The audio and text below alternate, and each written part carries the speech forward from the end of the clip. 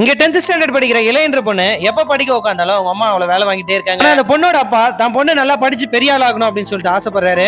இந்த பொண்ணு எந்த வேலை செஞ்சாலும் விடுமா நான் செய்யறேன் நீ போய் படிமா அப்படின்னு சொல்லிட்டு சொல்றாரு. அந்த பொண்ணுக்கு தேவையான கால்குலேட்டர் புக்ஸ் இதெல்லாமே அந்த பொண்ணு சொல்லாம அந்த பொண்ணுக்கு தேவைப்படுது அப்படின்னு சொல்லி வாங்கி வந்து கொடுத்துருவாரு. இதனால அந்த பொண்ணு நல்லாவே படிக்கிறா.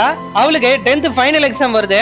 அதனால அவங்க அப்பா காலங்காத்தால அந்த பொண்ணை எழுப்பி விட்டுட்டு அவரும் கழனிக்கு போயிரு. இந்த பொண்ணு காலங்காத்தால எழுந்து படிச்சுட்டு இருக்கும்போது வயலுக்கு போன அவங்க அப்பாவுக்கு அடிபட்டுச்சு அப்படின்ட்டு ஒருத்தவங்க வந்து சொல்றாங்க. அவங்க அப்பாவுக்கு அடிபட்டதால அவங்க அம்மா வந்து நீ எக்ஸாமுக்குலாம் ஒண்ணு போவேனா நீ வீட்டுல இருக்கிற குழந்தைய பாத்துக்கோ நான் அப்பாவை கூப்பிட்டு ஹாஸ்பிட்டல் போறேன்னு சொல்லிட்டு சொல்றாங்க. குழந்தை எழுந்துக்கிறதுக்குள்ளேயே வீட்டுல இருக்கிற எல்லா வேலையும் ஒவ்வொன்றா பாத்துட்டு தம்பி கிட்ட குழந்தைய கொடுத்துட்டு நம்ம எக்ஸாம் எழுத போலாம் அப்படின்னு சொல்லிட்டு தம்பி கிட்ட கேட்டா அவன் என்ன எல்லாம் பாத்துக்க முடியாது அப்படின்னு சொல்லிட்டு சொல்லிடுறான். சரி தெரிஞ்ச அக்கா கிட்ட குழந்தை கொடுத்துட்டு எக்ஸாம் எழுத போலான்னு பார்த்தா நீ எக்ஸாம் எழுதுறதுக்கு என் பொண்ணு உங்க வீட்டு குழந்தைய பாத்துக்கணுமா அதெல்லாம் முடியாதுமா அப்படின்னு சொல்லி திட்டி அனுப்பிடுறாங்க. இவ்வளவு எப்படியாச்சும் எக்ஸாம் எழுதிட மாட்டோமா அப்படின்னு நினைச்சிட்டு குழந்தைய வீடு வீடா எடுத்துன்னு போறா.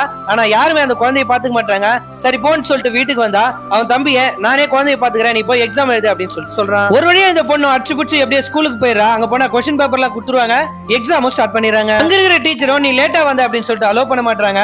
ஆனா அங்க இருக்கிற தமிழ் சார் சப்போர்ட் பண்ணி இந்த பொண்ணு நல்லா படிக்கிற பொண்ணு அப்படின்னு சொல்லி அலோ பண்ண சொல்லி கேக்குறாங்க. அந்த டீச்சர் ஒத்துக்கிற மாதிரி இல்ல. இந்த பொண்ணு அவங்க கால்ல விழுந்து கெஞ்சி கேக்குறா. அதுக்கப்புறம் தான் அவங்க மனம் இறங்கி சரி எக்ஸாம் எழுது அப்படின்னு சொல்லி ஒத்துக்கிறாங்க. இந்த பொண்ணு எக்ஸாம்லாம் முடிச்சிட்டு வீட்டுக்கு போனா அங்க வீட்டுக்கு வெளியே நிறைய பேர் சோகமா உட்கார்ந்துட்டு இருக்காங்க.